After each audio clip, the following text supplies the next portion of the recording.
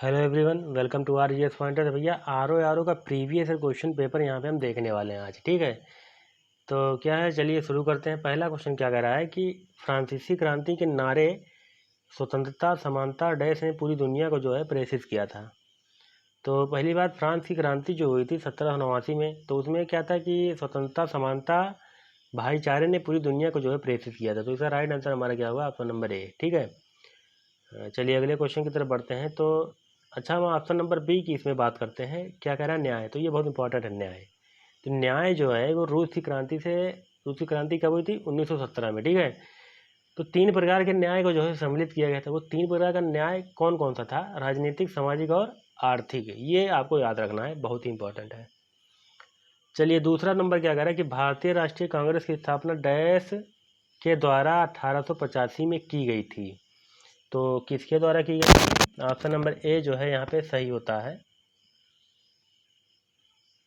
तीसरा क्वेश्चन क्या कह रहा है कि डैश ने सन 1904 में भारतीय विश्वविद्यालय पर कड़े नियंत्रण लागू करते हुए भारतीय विश्वविद्यालय अधिनियम पारित किया था। किसने किसने पारित किया था? तो करजन ने। ठीक है, तो इसका राइट आंसर हमारा क्या होगा? Option number B. चौथा क्वेश्चन क्या कह रहा है कि डैश का अर्थ है हमारे अपने देश में हमारे अपने लोगों के द्वारा बनाया हुआ।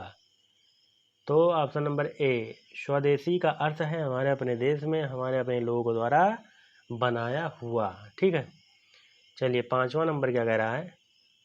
पांचवा नंबर क्वेश्चन नंबर क्या कह रहा है कि यह तो थे जिन्होंने एक हथियार के रूप में बहिष्कार के महत्व को महसूस किया, जिसका इस्तेमाल भारत के पूरे ब्रिटिश प्रशासनिक मशीनरी को पंगु बनाने के लिए किया जा सकता था। तो यह तो कौन थे? तो यह तो बाल गंगाधर तिलक थे। तो ऑप्शन नंबर ए सही होता है। ठीक है, पांचवे का ऑप्शन नंबर ए।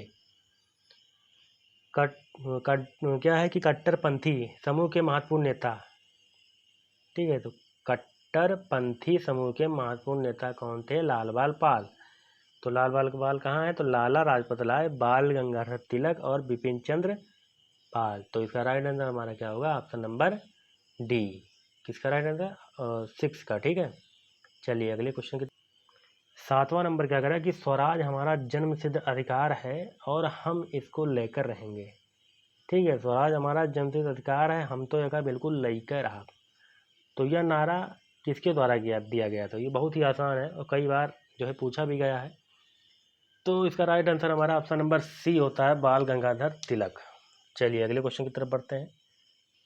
आठवां नंबर क्या कह रहा है कि डैश ने सन 1914 में घरेलू शासन आंदोलन के लिए काम करना शुरू कर दिया था। तो किसने? एनी बेसेंट ने। ठीक है, चलिए अगले क्वेश्चन की तरफ बढ़ते हैं।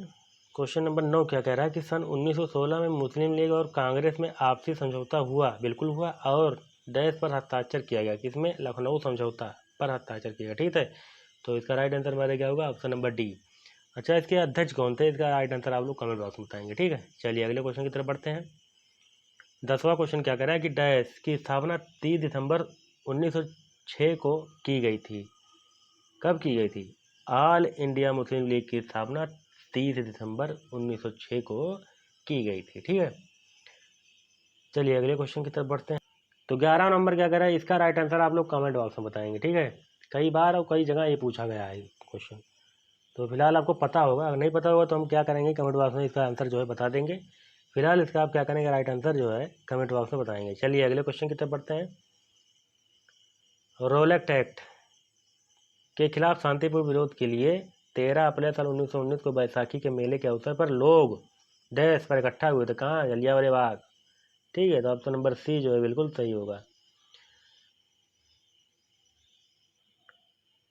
अगला क्वेश्चन क्या कह रहा है कि उच्च न्यायालय के न्यायाधीश के पद पर नियुक्ति के लिए एक वकील के लिए पेशेवर पेशेवर अभ्यास की न्यूनतम आवश्यक अवधि कितनी होनी चाहिए? 10 वर्ष। ठीक है, ऑप्शन नंबर बी। इनमें से किस राज्य में 2014 लोकसभा में सर्वाधिक सीटें थीं? तो उत्तर प्रदेश में। ठीक है, 14 का राइट आंसर हमारा क्या होगा? Option number A.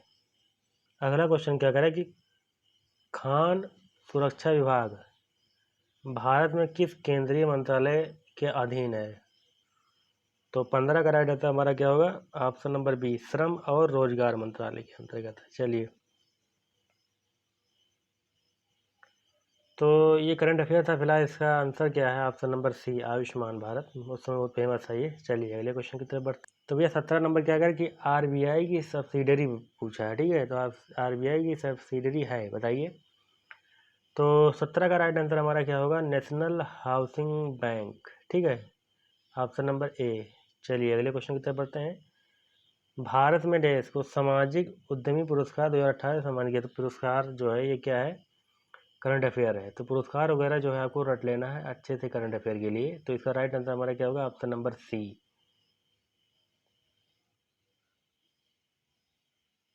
Question number 19 से कह रहा है भारत में निम्नलिखित में से कौन सी वस्तु आवश्यक वस्तु अधिनियम 1955 के तहत सूचीबद्ध नहीं है? दवा, पेट्रोलियम, उर्वरक, खाद्य, मशीनरी। तो आवश्यक वस्तु अधिनियम 1955 के तहत सूचीबद्ध कौन सा नहीं है? तो 19 का राइट आंसर हमारा क्या होगा? ऑप्शन नंबर डी हो जाएगा, ठीक है। खाद्य मशीनरी को नहीं लिया जाता है इसमें। ऑपरेशन फ्लड तो बहुत ही फेमस है, क्या है? दुग्ध उत्पादन, ठीक है, ऑप्शन नंबर बी। बी इसका राइट आंसर क्या होगा? Option number B. चलिए अगले क्वेश्चन की तरफ बढ़ते हैं। भारत में मेवाड़ उत्सव कहाँ मनाया जाता है? राजस्थान में तो मनाया जाता है, लेकिन राजस्थान में किस जिले में? जैसलमेर, जोधपुर, उदयपुर, जयपुर। तो 21 का राइट आंसर हमारा क्या होगा? उदयपुर, ठीक है, उदयपुर। निम्नलिखित में से कौन सा मठ जो है सिक्किम में स्थित है? तो सिक्किम में कौन सा मठ जो है स्थित है, बताइए। तो इसका राइट आंसर हमारा क्या होगा? ऑप्शन नंबर ए, रुमटेक मठ, ठीक है। तवांग ये हमारा अरुणाचल प्रदेश में, ठीक है। और न्यामग्याल मठ ये जो होता है ये कहाँ पे है?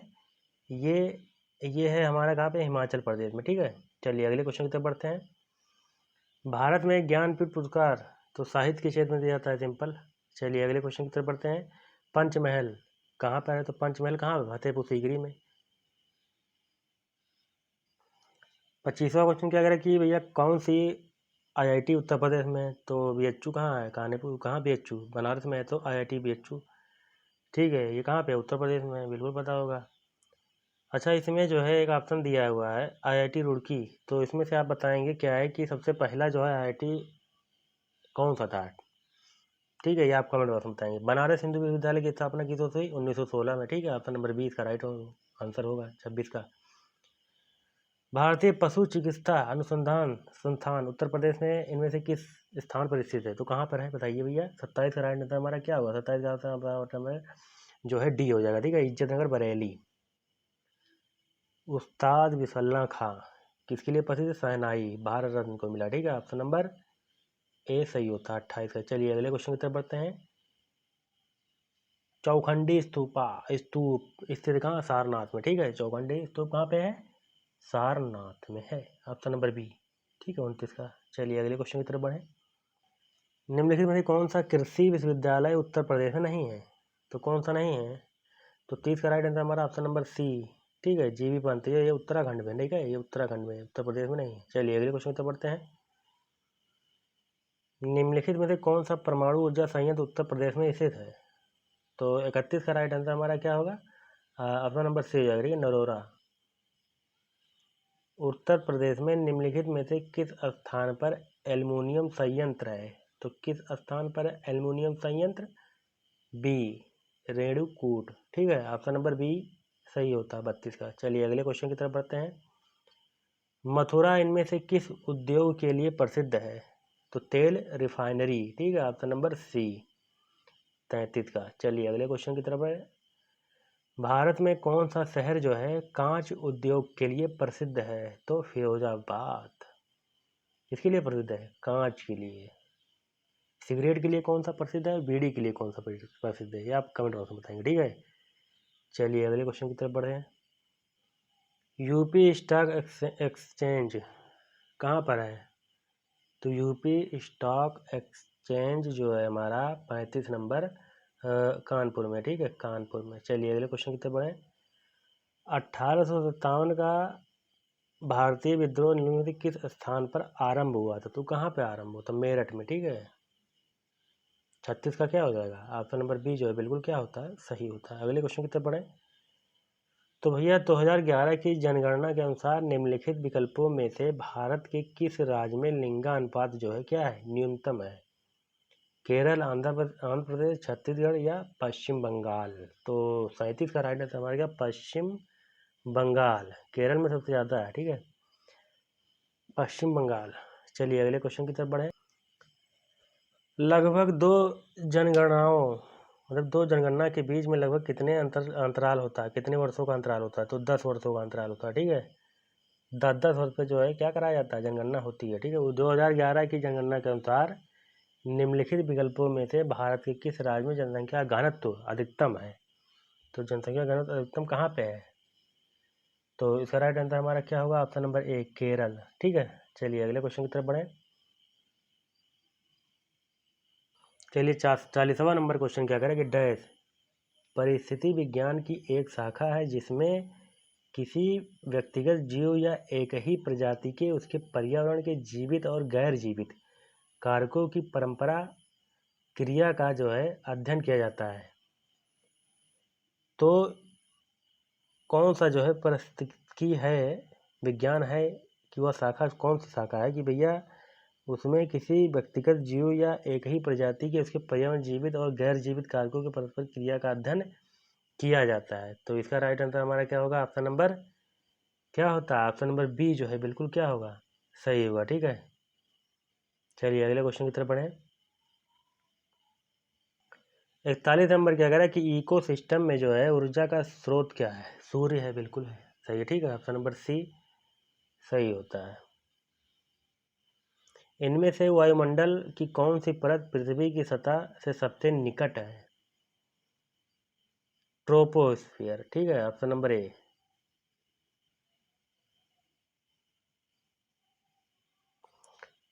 अगला क्वेश्चन क्या कह रहा है कि डैश प्रजातिकरण तब होता है जब एक प्रजाति दो अलग अलग समूहों में पृथक होती है जो एक दूसरे से अलग होती है। तो इसका राइट आंसर हमारा क्या होगा, ऑप्शन नंबर ए हो जाएगा, ठीक है। चलिए अगले क्वेश्चन की तरफ बढ़े।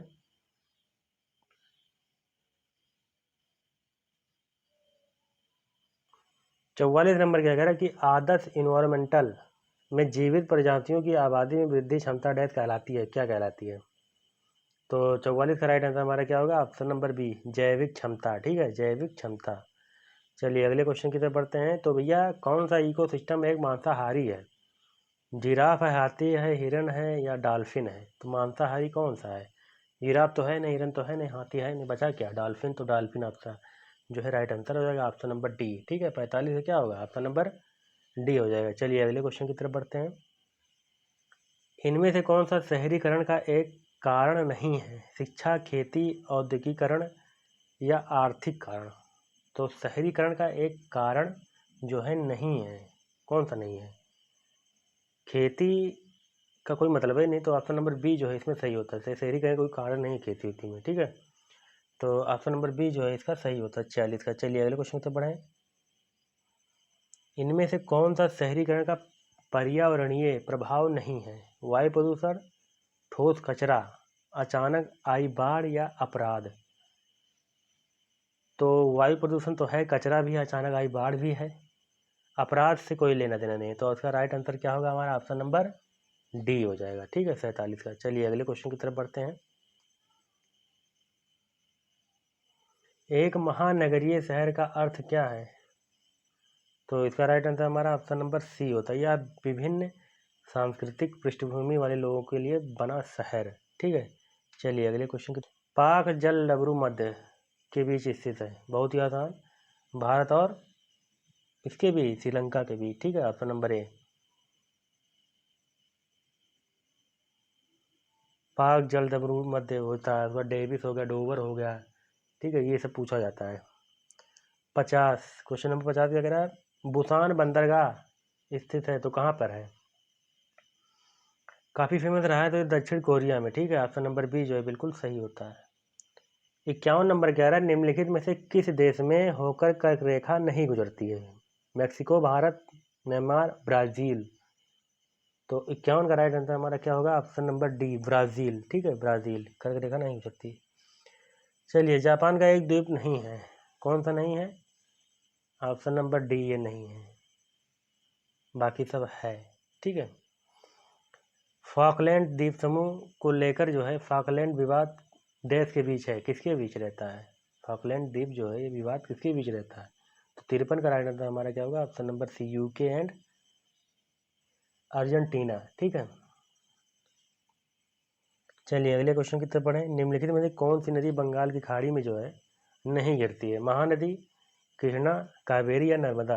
तो बंगाल की खाड़ी में कौन सी नदी जो है नहीं गिरती है, बताइए। तो 54 का राइट आंसर हमारा क्या होगा? महानदी। कहाँ गिरेगी? बंगाल खाड़ी में गिरेगी। कृष्णा भी गिरेगी, कावेरी भी, नर्मदा कहाँ गिरेगी?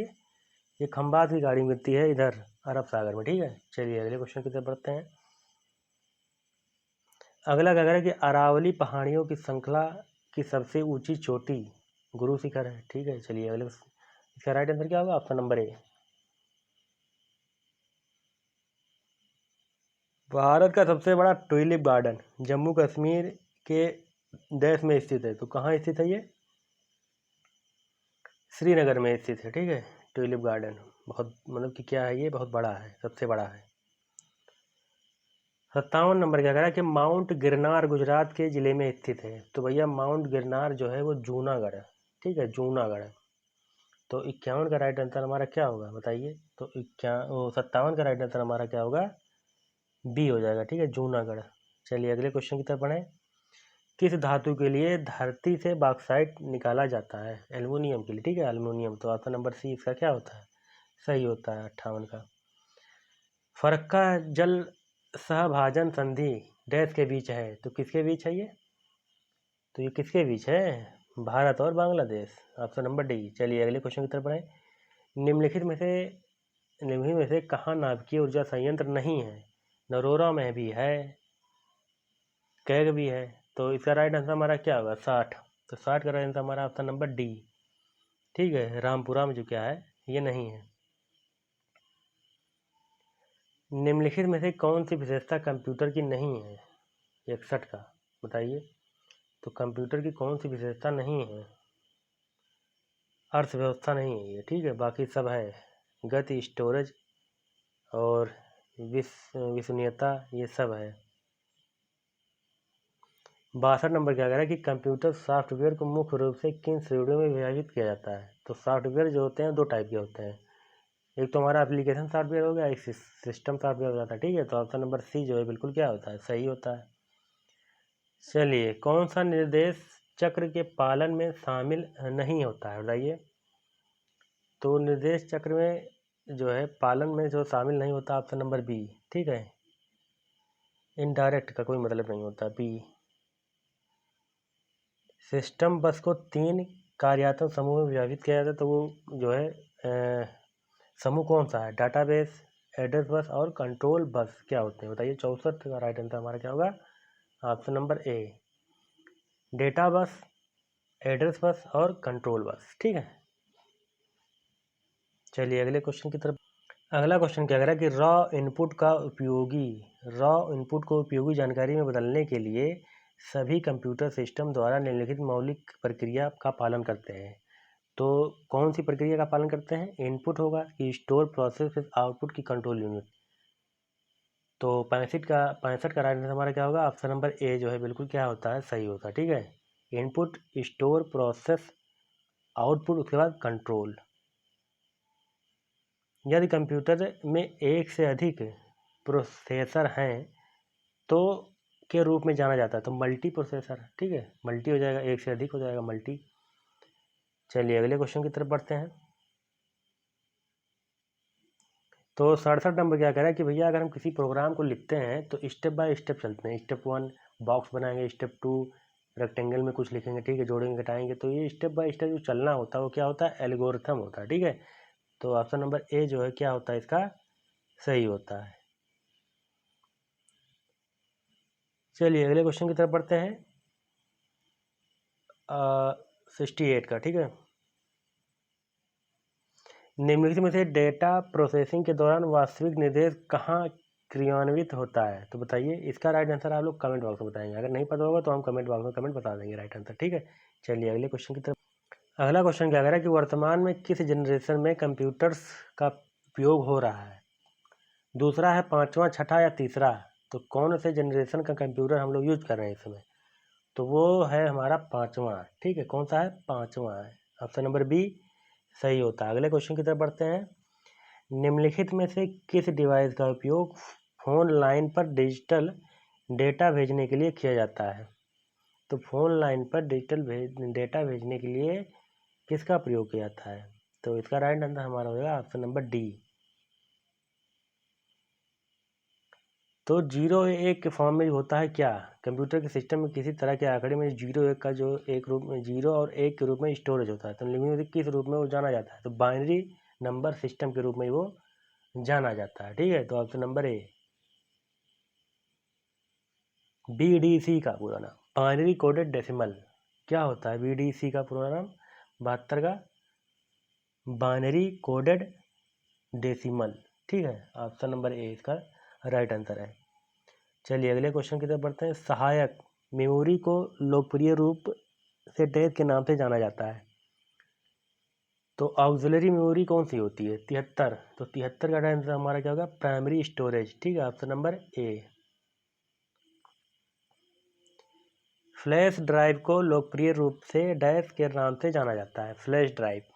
तो 74 का राइट आंसर हमारा क्या होगा, पेन ड्राइव। ठीक है, option number D.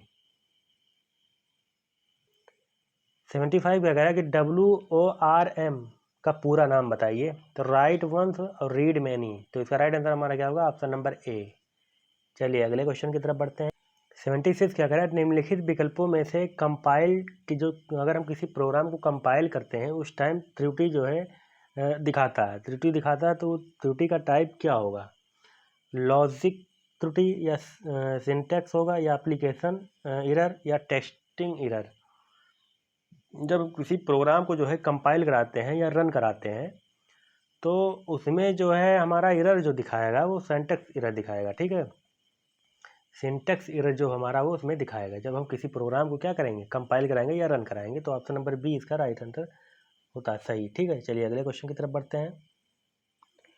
Kyoto protocol किससे संबंधित है, व्यापार से, जलवायु परिवर्तन, सुरक्षा। तो क्योटो प्रोटोकॉल जो हमारा जलवायु परिवर्तन से जो है संबंधित है। ठीक है, किससे, जलवायु परिवर्तन से। अगला क्वेश्चन क्या कह रहा है, तो भैया करंट अफेयर जो है इसमें हम छोड़ दे रहे हैं। ठीक है, तो करंट अफेयर क्या है, आपको नया पढ़ना है, करंट अफेयर पुराना नहीं पूछा जाएगा। ठीक है, तो क्या है 85 की अगर इनमें से कौन सा देश यूरोपीय संघ का सदस्य नहीं है, ऑस्ट्रिया, तुर्की, बेल्जियम या फिनलैंड। तो 85 का राइट आंसर हमारा क्या होगा, तुर्की। ठीक है, ऑप्शन नंबर बी जो है बिल्कुल क्या होता है, सही होता है। ठीक, चलिए अगले क्वेश्चन की तरफ बढ़ते हैं। अगला क्वेश्चन क्या कह रहा है कि पूरे शरीर में ऑक्सीजन ले जाने के लिए आपके स्वास्थ्य में एक महत्वपूर्ण भूमिका कौन निभाता है, तो RBC क्या हो गया, लाल रक्त कोशिकाएं। चलिए अगले क्वेश्चन की तरफ बढ़ते हैं।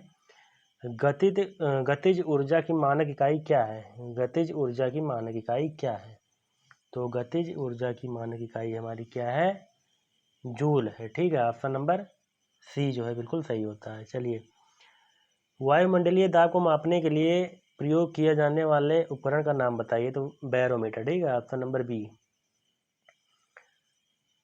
अगर जो है बैरोमीटर जो नापा जाता है मौसम के लिए, अगर एकाएक नीचे चला है तो क्या होगा, एकाएक धीरे धीरे नीचे आए, अगर एकाएक ऊपर जाए, तो ये सब चीज़ें आपको याद रखना है। चलिए अगले क्वेश्चन की तरफ बढ़ते हैं। न्यूक्लिक अम्ल की खोज सबसे पहले किसने किया था, तो 108 का राइट आंसर हमारा क्या होगा, ऑप्शन नंबर ए। ठीक है, चलिए अगले क्वेश्चन की तरफ बढ़ते हैं। तो क्या है कि 109 का राइट आंसर हमारा क्या होगा, ऑप्शन नंबर बी, खाद्य श्रृंखला, फूड चेन। लिंक्स का मतलब एक रेखीय नेटवर्क होता है जो उत्पादक जीव से शुरू होता है और शेष परभक्षी प्रजातियों पर जाकर खत्म होता है। ठीक है, तो उसका राइट आंसर हमारा ऑप्शन नंबर बी जो है बिल्कुल सही होगा। निम्नलिखित में से कौन इकोसिस्टम का अजैविक घटक नहीं है, जीव, जल, प्रकाश या मिट्टी। अजैविक घटक नहीं है, एक होता है जैविक, एक अजैविक होता है। जीव, जल, प्रकाश, मिट्टी। तो 110 का राइट आंसर हमारा क्या है, तो 110 का राइट आंसर हमारा क्या होता है, जीव होता है, तो जीव ये जैविक है, अजैविक नहीं है, ठीक है। चलिए अगले क्वेश्चन की तरफ बढ़ते हैं। निम्नलिखित में से कौन सा अनवीकरणीय संसाधन है? बायोगैस, बायोमास, कोयला, जैव ईंधन। तो 111 का राइट आंसर हमारा क्या होगा? कोयला। ठीक है। धरती की सबसे बाहरी परत कौन सी है? धरती की सबसे बाहरी परत, तो धरती की सबसे बाहरी परत जो होती है हमारी क्या होती है? थल मंडल। अगला क्वेश्चन क्या कह रहा है? 113 नंबर। उस विषय का नाम बताइए जिसमें चट्टानों के अंतर्निहित गुणों का उपयोग कर चट्टानों, जीवाश्मों और तलछट की आयु का निर्धारण किया जाता है। तो बताइए उस विषय का नाम क्या है? तो उस विषय का नाम हमारा क्या होगा? ऑप्शन नंबर सी राइट होगा, ठीक है, पेस्ट्रोलॉजी। चलिए अगले क्वेश्चन की तरफ बढ़ते हैं। तपेदिक के उत्पादन कारक क्या है? कवक है कि वायरस, परजीवी की बैक्टीरिया? तो 114 का राइट आंसर हमारा क्या होगा? बैक्टीरिया हो जाएगा, ठीक है। चलिए अगले क्वेश्चन की तरफ बढ़ते हैं। 116 नंबर क्या है कि भारतीय अंतरिक्ष अनुसंधान संगठन का मुख्यालय भारत में कहाँ पर स्थित है? तो भारतीय अंतरिक्ष अनुसंधान संगठन का मुख्यालय जो है हमारा बेंगलुरु में स्थित है, ठीक है। चलिए अगले क्वेश्चन की तरफ बढ़े। अगला क्वेश्चन क्या कह रहा है कि डैश में लिंग पूजा के डर को समाप्त कर इसे आधिकारिक अनुष्ठान के रूप में मान्यता दी गई थी। तो किस मतलब दी गई वेद में? ऋग्वेद, सामवेद, अथर्ववेद या यजुर्वेद में? तो 117 का राइट आंसर हमारा क्या होगा? यजुर्वेद में, ठीक है। अगले क्वेश्चन की तरफ बढ़ते हैं। सम्राट अशोक की मृत्यु के बाद जो है डैश का तेजी से पतन हुआ था। तो सम्राट अशोक की मृत्यु के बाद तेजी से पतन जो है किसका हुआ था? मौर्य राजवंश का, ठीक है। उसके बाद डैश सबसे प्रसिद्ध चहमान शासक था जिसे बाद में चौहान के नाम से जाना गया और जितने सन 1191 में सुल्तान मोहम्मद गौरी नामक अफगान शासक को हराया। तो पृथ्वीराज तृतीय। 91, 92, इसके बाद 94 क्या हुआ? 1194 चंदावर का युद्ध हुआ, ठीक है। जय सिंह क्या है? 121 नंबर क्या कह रहा है कि डैश राजा अशोक द्वारा लड़ा और जीता गया आखिरी युद्ध क्या है? कलिंग, 261 BC, ठीक है। चलिए अगले क्वेश्चन की तरफ बढ़े। सम्राट अशोक के पुत्र, सम्राट अशोक डैश के पुत्र थे? राजा राज, अकबर, विजयालय, वेंदोसार। ऑप्शन नंबर सी सही होता है। चलिए अगले क्वेश्चन की तरफ बढ़े। 123 नंबर क्या कह रहा है कि 123 का राइट आंसर क्या होगा? तो 123 का राइट आंसर हमारा क्या होगा? पुष्यमित्र, ठीक है। ऑप्शन नंबर बी जो है इसका सही आंसर होगा, ठीक है, 123 का। चलिए अगले क्वेश्चन की तरफ बढ़ें। व्यापार मार्गों का अभिसरण या मिलान बिंदु डैश था जो मध्य एशिया से होते हुए सिल्क रूट से जुड़ा था? तक्षशिला, बिंदुसार या बक्सर, विजयालय? तो तक्षशिला से जुड़ा हुआ था, ठीक है भैया। तो 124 का क्या है राइट आंसर हमारा? Option number A.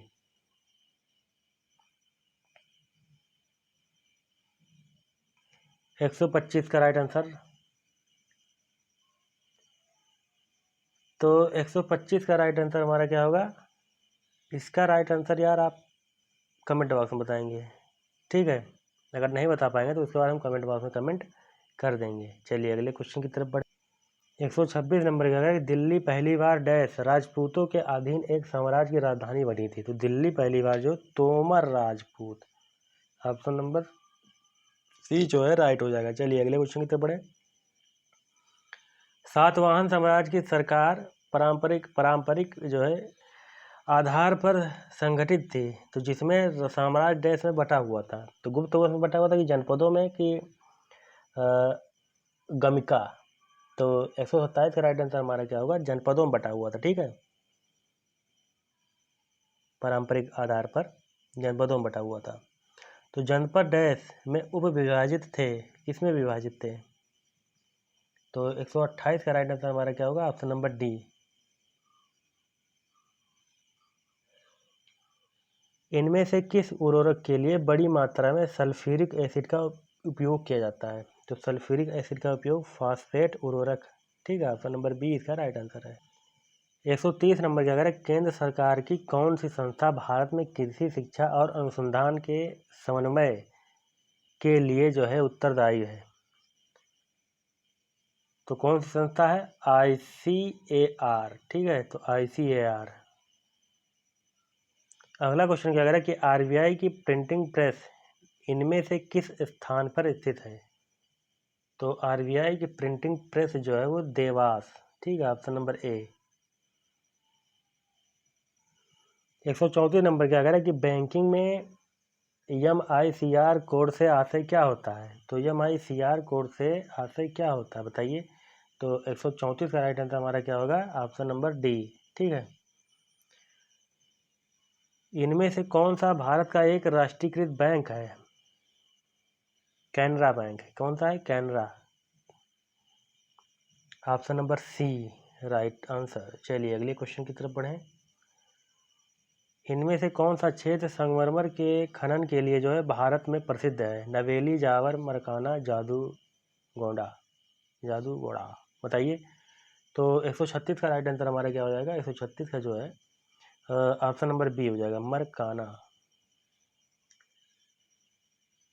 क्या कह रहा है कि भारत की कृषि और ग्रामीण अर्थव्यवस्था की स्थिति की जांच करने और उसका रिपोर्ट देने के लिए किस वर्ष में राजकीय कृषि आयोग की स्थापना की गई और किस वर्ष में उसने रिपोर्ट को जो है प्रस्तुत किया? तो इसका राइट आंसर हमारा क्या हुआ? 137। तो 137 का राइट आंसर हमारा क्या हुआ? 138 में इसकी स्थापना हुई और मतलब सॉरी 1938 में स्थापना हुई, 1940 में क्या है रिपोर्ट प्रस्तुत किया था। अगला क्वेश्चन क्या कर रहा है? किस वर्ष में राष्ट्रीय किसान आयोग की स्थापना की गई थी?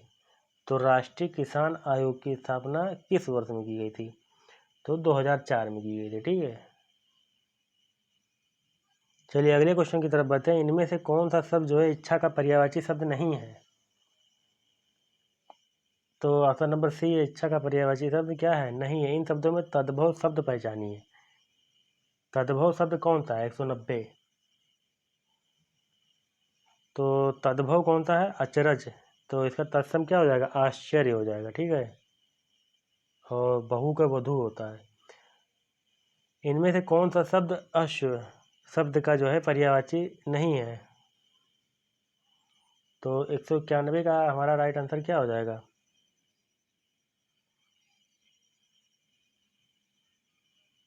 तो इसका राइट आंसर हमारा होगा ऑप्शन नंबर ए। चलिए अगले क्वेश्चन की तरफ बढ़ें।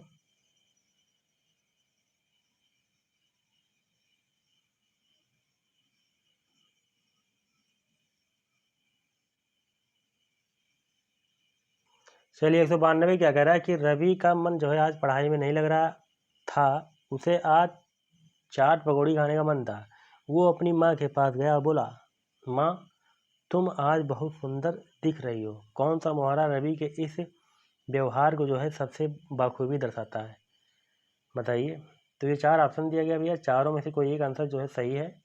इसका राइट आंसर आप लोग कमेंट बॉक्स में बताएंगे, ठीक है, आसान सा है। तो इन शब्दों में से तत्सम शब्द पहचानिए।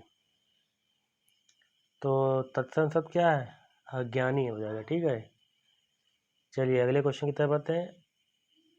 आविर्भाव शब्द का विलोम तिरोभाव, ऑप्शन नंबर सी। अगला क्वेश्चन क्या कह रहा है कि 25 वर्ष पूरे करने के उपलक्ष्य में होने वाला उत्सव रजत जयंती, ठीक है। अगले क्वेश्चन की तरफ बढ़ते हैं। निम्नलिखित में से कौन सा शब्द जो है परमार्थ का जो है विलोम नहीं, मतलब विलोम शब्द है? परमार्थ का क्या हो जाएगा? ऑप्शन नंबर ए हो जाएगा सही, ठीक है।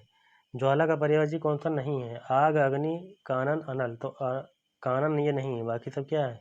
आग के पर्यायवाची हैं। नीचे दिए गए मुहावरे कौन सा मुहावरा दर्शाया गया व्यवहार का सबसे सटीक वर्णन करता है? कुछ लोगों की सोच जो है साधारण होती है मगर उनका मुंह हमेशा चलता रहता है। बताइए इसका राइट आंसर क्या होगा?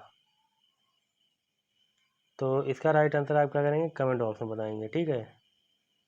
अगले क्वेश्चन की तरफ बढ़ते हैं। इन शब्दों में तत्सम शब्द पहचानिए।